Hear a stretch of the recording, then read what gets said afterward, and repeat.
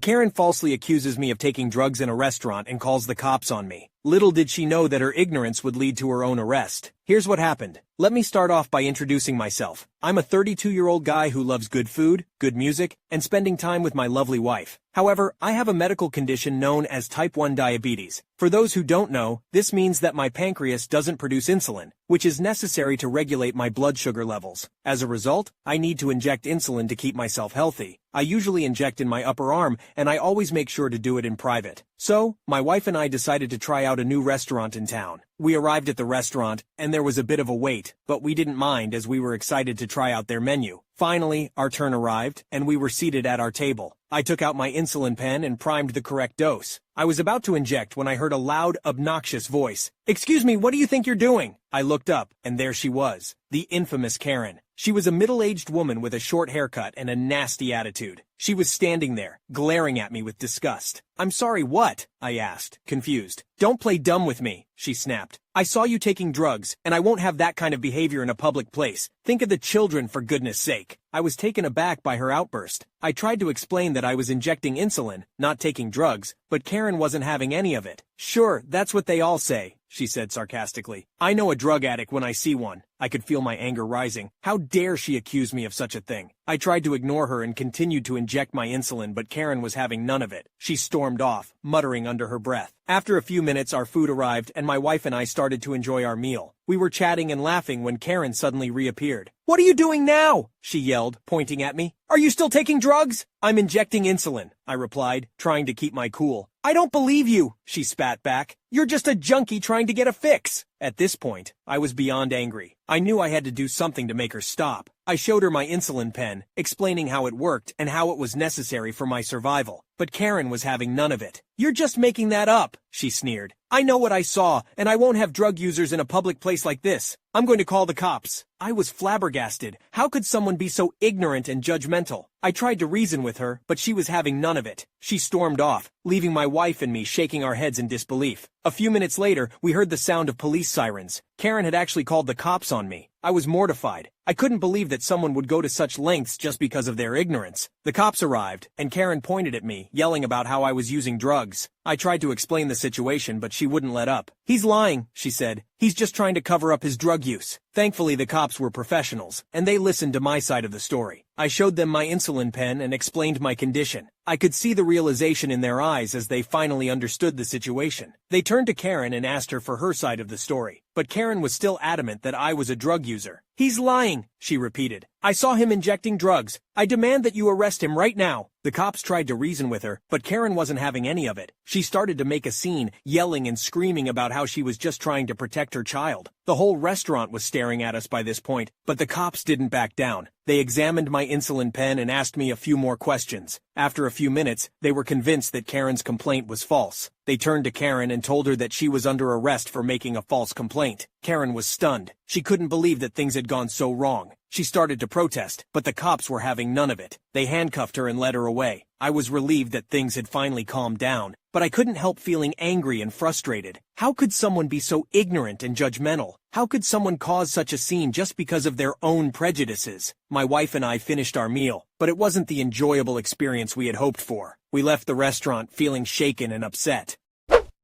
Oh my goodness, this story just blew my mind. I can't believe how insane Karen's actions were. First of all, accusing someone of taking drugs without any evidence is just ridiculous. And then to call the cops on top of that. Talk about taking it too far. It's really sad that some people are so quick to judge others without even considering the possibility that they might be wrong. But what really gets me is how she just wouldn't let it go. Even after OP explained that he was injecting insulin for his medical condition, she still insisted that he was lying. And then to make a scene in the restaurant and get herself arrested, it's like she was just determined to cause trouble no matter what. I can't imagine how frustrating and humiliating this must have been for OP. Having the cops called on you in public is bad enough, but to have it all be based on a false accusation is just terrible. It's a good thing that the police were able to see through Karen's lies and take action. What do you guys think of this whole absurd situation? This next story is just wild. A Karen demands a sexual assault test for her daughter, despite her daughter's refusal, and as a result gets arrested for assault and neglect, and is facing up to 10 years in prison. Here's what happened. It is a regular Thursday night at the ER. After my first job and the issues I had at the clinic, I'm already done with bullshit. And I do like to look at myself as I am a good Southern woman, accent and all. So I am plugging myself in for another 10-hour show. We have the usual revolving door of patients coming in for a busted eardrum, medication referral, and a few ambulances coming in with patients from a nearby old folks' home. Most nights it's for a urinary tract infection. Fun fact, most elderly will get aggressive or become disoriented when they have one. Typically we keep them overnight for observation, or let them hang out in the ER for a 3-hour nap. They're just so cute. Most of the time we can have you in and out within 1:30 on a good night. I don't know what was in the air on this particular night, but things were smooth. We all know we ER staff is always superstitious and just waiting for that one crackhead to roll on up for the good-feeling drugs. It was just after midnight when a mother and her young daughter walk on up the registrar. There are like 20 cameras at the nurse's station, so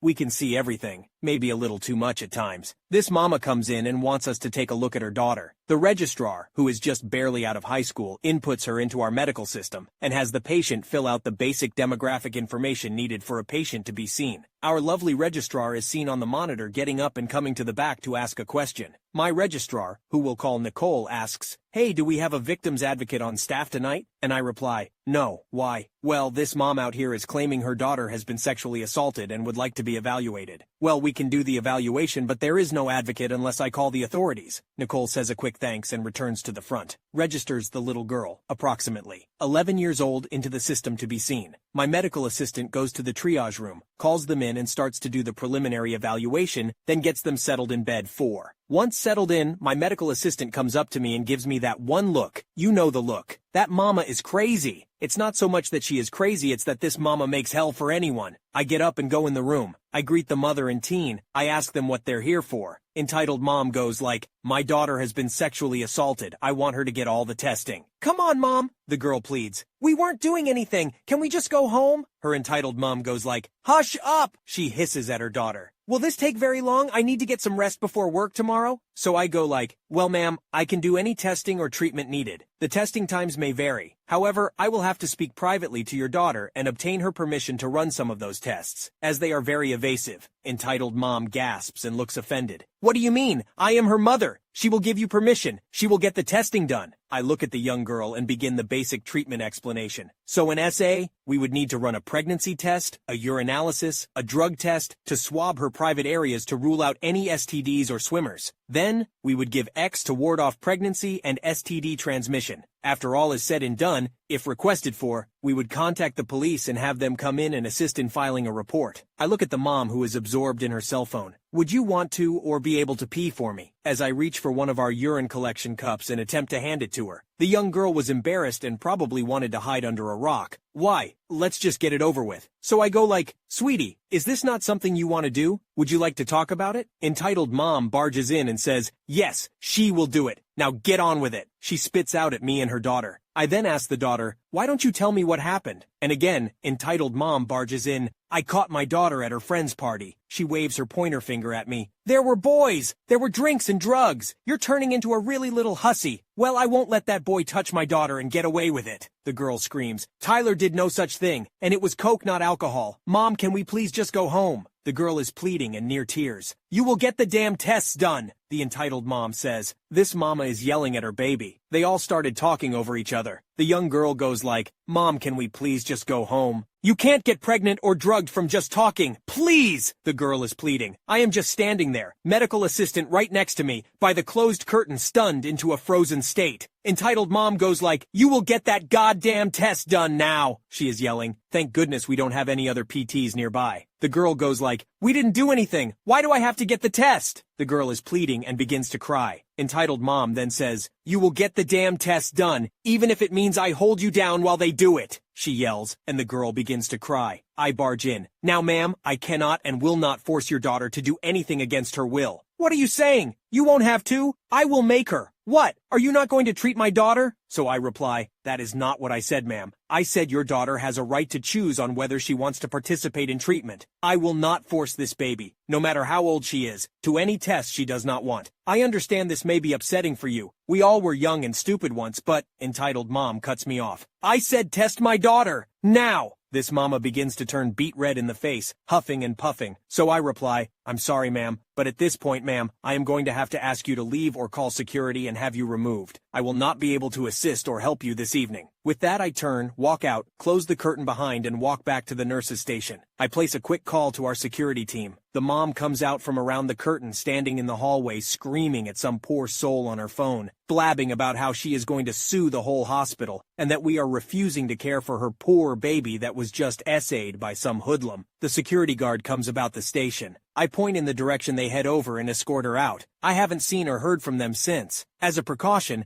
I did call CPS and have a welfare check done on the young girl. I hope that girl is okay. OP then leaves an update. After the mom and daughter left the ER, the security team and I had placed separate calls to the local CPS. I did not know they made a call. I cannot confirm that CPS made a visit at 2 a.m., but at the end of my shift, 5 a.m., we have to brief our department lead supervisors and the incoming lead supervisor, and I went home for the day. Upon hearing about the night's conflict, the security team supervisor got in contact with someone from the CPS office and his good old buddy, our city's chief of police. He was able to fill me in on what has transpired. A CPS worker and the chief made a personal house call by 9 a.m. the next day. CPS was able to do a thorough investigation with a frantic EM. Entitled mom was arrested for assault and battery on a minor and neglect. As for the young girl, she was placed with her aunt that lives a few houses down. When they went home, the minor tried to stand up to her mom, and her mom threw something at her daughter that caused swelling and bruising to the right side of her cheek. There is no father in the picture. The young girl has since testified against her mom that alleged abuse had happened frequently, and oftentimes she was left alone for days, sometimes weeks. The young girl was granted guardianship to her aunt through Guardian Ad Litem, an organization that aids children in domestic situations. The young girl could choose never to see or speak to entitled mom again. According to the chief and security supervisor, the girl had reported, additionally, that her mom has been drinking and hanging out with a string of strangers, and it was discovered that entitled mom was into illicit drugs and alcohol. The entitled mom had tried to plead insanity, or that she was mentally unstable to answer for her actions. Only that was determined likewise by the court. She is set to be sentenced in 2 weeks. The mother is looking at 6 to 10 years jail time.